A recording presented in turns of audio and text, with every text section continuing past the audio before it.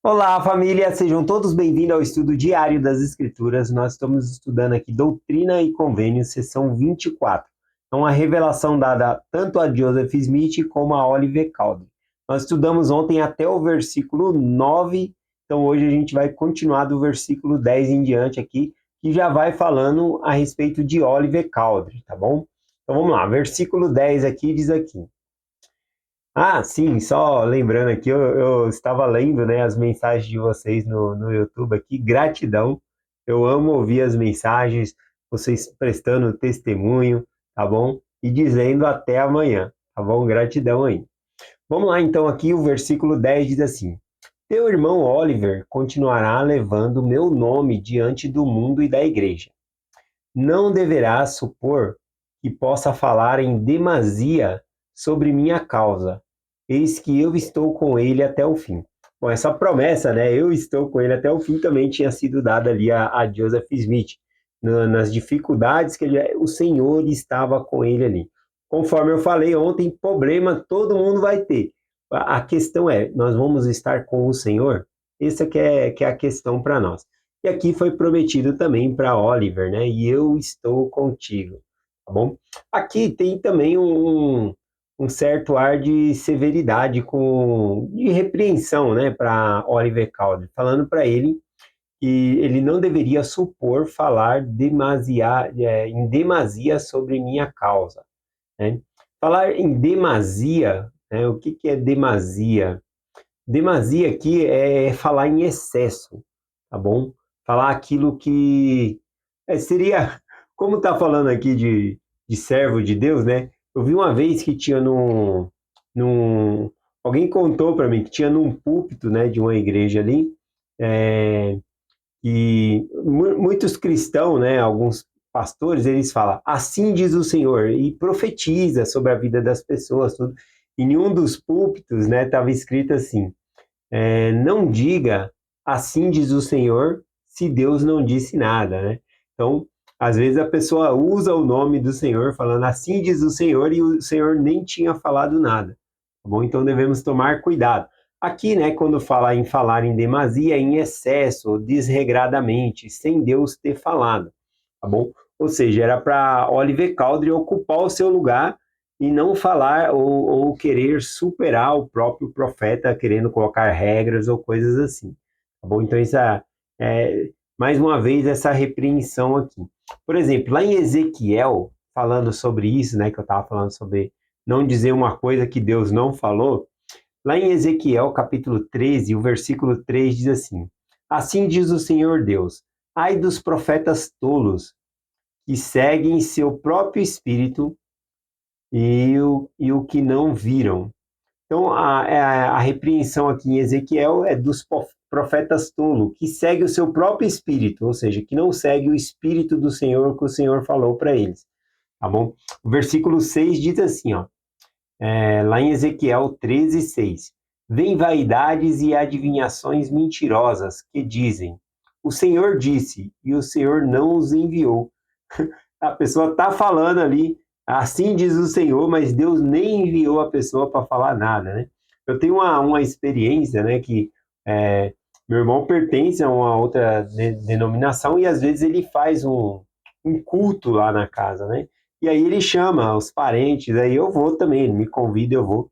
E uma dessas vezes eu fui junto com a Carol, né? E aí eu sempre fico com uma mochilinha nas costas. E aí ele começou a profetizar de um, de outro ali e tal. Aí ele pegou e olhou para mim e falou: Você que está com essa mochilinha nas costas, você está cansado da vida, né? Você, você não aguenta mais, você não aguenta mais sua família, você não aguenta mais nada, você quer pegar essa mochilinha e sumir. Ele estava profetizando sobre isso e eu falei: Nossa, foi completamente errado o que ele falou aqui, porque eu amo minha família, eu quero estar com minha família, né? Inclusive, eu quis apoiar a minha família, o meu irmão também, por conta do culto lá, né? E aí, quando ele percebeu que ele havia falado alguma besteira, ele pegou e desviou o assunto ali. Mas a gente tem que tomar cuidado com pessoas que dizem assim, assim diz o Senhor, e às vezes o Senhor não disse nada, tá bom? Então, aqui foi falado para Oliver Cowdery, né, não falar demasiado, em demasia, né, em excesso, tá bom? Agora, ele era um líder da igreja, mas não é por isso que vai fazer o que quer, ou falar o que quer, tá bom? Então, vamos lá aqui no seção 24, versículo 11, diz assim: Em mim terás, em mim terás glória, e não em si mesmo, seja em seja em fraqueza ou em força, em cativeiro ou liberdade, né? Então, aqui, eu gostei quando o Senhor falou aqui para ele, né? Em mim terás glória, não em si mesmo. Aqui, falar demasiadamente sobre o Senhor, falar demasiadamente, não dá para falar demasiadamente do Senhor, tá bom? Quando a gente fala de si mesmo ou quer falar de outras palavras, né, ou dizer assim diz o Senhor, sendo que Deus não diz nada, isso é em demasia, é em excesso, porque Deus não disse. Mas falar de Deus, da glória de Deus, a gente nunca vai conseguir falar em demasia, porque demasia, né, essa palavra é em excesso. A gente nunca vai conseguir falar em excesso sobre Deus, nunca vai ser suficiente. Por mais que eu tente falar, explicar todo o poder de Deus, tudo que eu sei sobre o poder de Deus ainda é pouco, porque é muito. Tem esse versículo aqui que explica melhor lá. Lá em Alma, capítulo 26, versículo 16, Amon, né, falando sobre o Senhor, ele diz assim: Quem poderá gloriar-se demasiadamente no Senhor? E faz uma pergunta, né? Quem vai se gloriar demasiadamente no Senhor? Não tem como, porque o Senhor é mais do que a gente possa se expressar. Ele fala assim, ó: Quem poderá falar em demasia do seu grande poder, ou de sua misericórdia, ou de sua longanimidade para com os filhos dos homens? Eis que eu te digo que não posso expressar nem a mínima parte do que sinto. Então veja que não dá para falar em demasia sobre o Senhor, porque o Senhor é muito mais do que nós possamos expressar, né? Mas aqui a repreensão é não falar em demasia de coisa que Deus não falou, ou não exceder nas coisas que era a responsabilidade de Oliver Cowdery. Então, eu gosto dessa parte aqui. Aqui também, né, é bem interessante no nesse versículo 11 aqui, quando ele fala, em mim terá glória, e não em si mesmo. Ou seja, no próprio Senhor, ele teria glória. E nós também temos glória no Senhor, né? Em outras coisas não, mas no Senhor nós temos glória. Em si mesmo. Quando a gente olha para si mesmo, achando que a gente é bom, que a gente consegue, tirando Deus da equação, aí dá tudo errado mesmo, tá bom? Porque é com Deus que a gente consegue as coisas. Por exemplo, Filipenses 4:13, né? Posso todas as coisas em Cristo que me fortalece. Com a ajuda do Senhor, aí sim nós conseguimos todas as coisas, tá bom? Eu lembrei aqui, né, quando falou aqui para ele, ó, em mim terás glória e não em si mesmo, seja na fraqueza ou na força, em cativeiro ou liberdade, não importa a situação que nós tenhamos, né? Se estivermos no Senhor, nós teremos glória, né? Isso me lembrou Atos, eu até anotei aqui, Atos, capítulo 16, versículo 25, 26 ali, quando Paulo e Silas, eles são presos, estão na prisão lá, o que que eles fazem? Eles começam a cantar hino, começam a louvar ao Senhor. Então, ou seja, eles estão gloriando em Deus. Se fosse gloriar da situação deles, eles iam chorar, porque tava preso, né? Mas não, à meia-noite eles estavam lá, perto da meia-noite, cantando, e os outros presos ouvindo ali, né? E aí o Senhor manda um terremoto ali, abre todas as cadeias, não para eles fugir, mas para conquistar o coração daquele soldado, né, romano que estava fazendo guarda ali, né? Então, o Senhor tem as suas maneiras de trabalhar, mas observe que tanto na fraqueza como na força, na liberdade ou na prisão, se nós estivermos no Senhor, a gente vai ter glória, tá bom? É isso que significa. No Senhor nós teremos glória, em si mesmo não. Vamos lá para o próximo versículo aqui, versículo 12, Doutrina e Convênio, seção 24, versículo 12. Em todos os tempos e em todos os locais abrirás a boca e anunciarás o meu evangelho com a voz de trombeta, tanto de dia como de noite, e dar-lhe-ei uma força que não é conhecida entre os homens. Então ele fala para Oliver Cowdery aqui, né, pregar com voz de trombeta, né? Não significa gritar, não. Trombeta é um instrumento que o som vai para todos os lados e vai longe, tá bom? Então significa que ele deveria falar com todas as pessoas sobre o evangelho. E aqui também o Senhor fez uma promessa para ele, que daria uma força a ele, que não é conhecida entre os homens. Então é uma força espiritual, tá bom? É uma força renovada. Eu lembro de muitos líderes que estavam exaustos, cansados, e teve que fazer alguma designação, ajudar alguém, e no outro dia acorda renovado, com as forças novas, né? Porque o Senhor renova. É uma força que não é conhecida pelos homens. Bom, é uma força espiritual que nos advém. Versículo, versículo 13 diz assim: Não soliciteis milagres, a não ser que eu vos ordene, exceto para expulsar demônios, curar os enfermos, contra a serpente venenosa e contra venenos mortíferos. Então, o versículo 14 também eu vou ler aqui. Ó. E essas coisas não fareis, a não ser que vos seja pedidas por aqueles que desejarem, a fim de que se cumpra as Escrituras, pois agireis de acordo com o que está escrito. Então, aqui está falando sobre o não pedir milagres, não ficar fazendo cura, a não ser que as pessoas peçam. Uma bênção, a pessoa deve solicitar, até mesmo porque é uma prova de fé, a pessoa está demonstrando fé ao pedir uma bênção, tá bom? Ali para melhorar. Então, fala de não sair oferecendo bênção ali. Porém, o versículo ele fala assim: a não ser que eu vos ordene.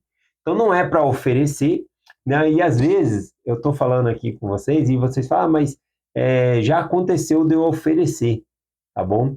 Porque eu senti. Se você sentiu, não tem problema, porque o versículo diz aqui, né? Fala aqui, ó, a não ser que eu vos ordene. Como que o Senhor ordena? Por meio do sentimento.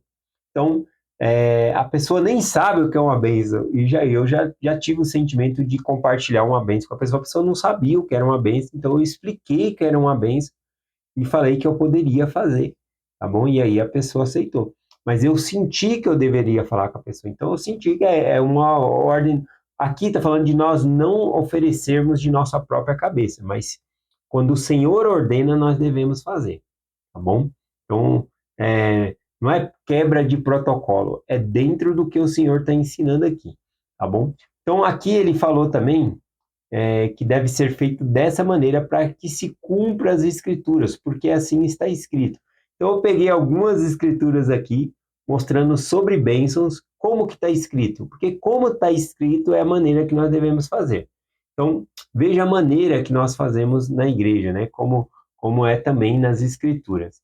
Tiago 5, versículo 14 e o versículo 15 diz assim: Está alguém entre vós doente? Chame o ancião da igreja.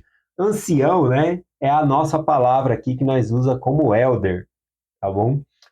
A palavra elder significa ancião, tá bom? Os missionários não usam, né, a plaquetinha ancião claudiano, ancião, porque dá mais o sentido de velho, né? Mas a palavra ancião nas escrituras significa sábio, é uma pessoa sábia. Então é um ofício dentro do sacerdócio também. Então aqui fala, chama os élderes, tá bom? Então aqui falando ancião, a gente pode trocar pela palavra elder. Então vamos lá, vamos de novo aqui, ó. Tiago 5,14. Está alguém entre vós doente? Chame o élderes da igreja e ore sobre ele, ungindo com azeite em nome do Senhor. Exatamente como fazemos, né? Nós colocamos a gotinha do azeite ali e ungimos a pessoa para dar uma bênção contra a enfermidade, né, na pessoa ali, tá bom? É uma bênção de cura, né? Uma bênção de cura e da enfermidade ali. Então, pingado o azeite. E a oração da fé salvará o doente, e o Senhor o levantará. E se houver cometido pecado, ser-lhe-á perdoado. Então, aqui em Tiago 5 mostra, né, como é mostrado nas escrituras que devemos fazer, e é assim que eu vejo que é feito na igreja. Mateus 9,18 diz assim: E disse-lhe ele essas coisas, Eis que chegou um chefe e o adorou, dizendo: Minha filha faleceu, agora mesmo. Mas vem, impõe as tuas mãos e ela viverá. Aqui fala sobre impor as mãos, né, para dar a bênção aqui.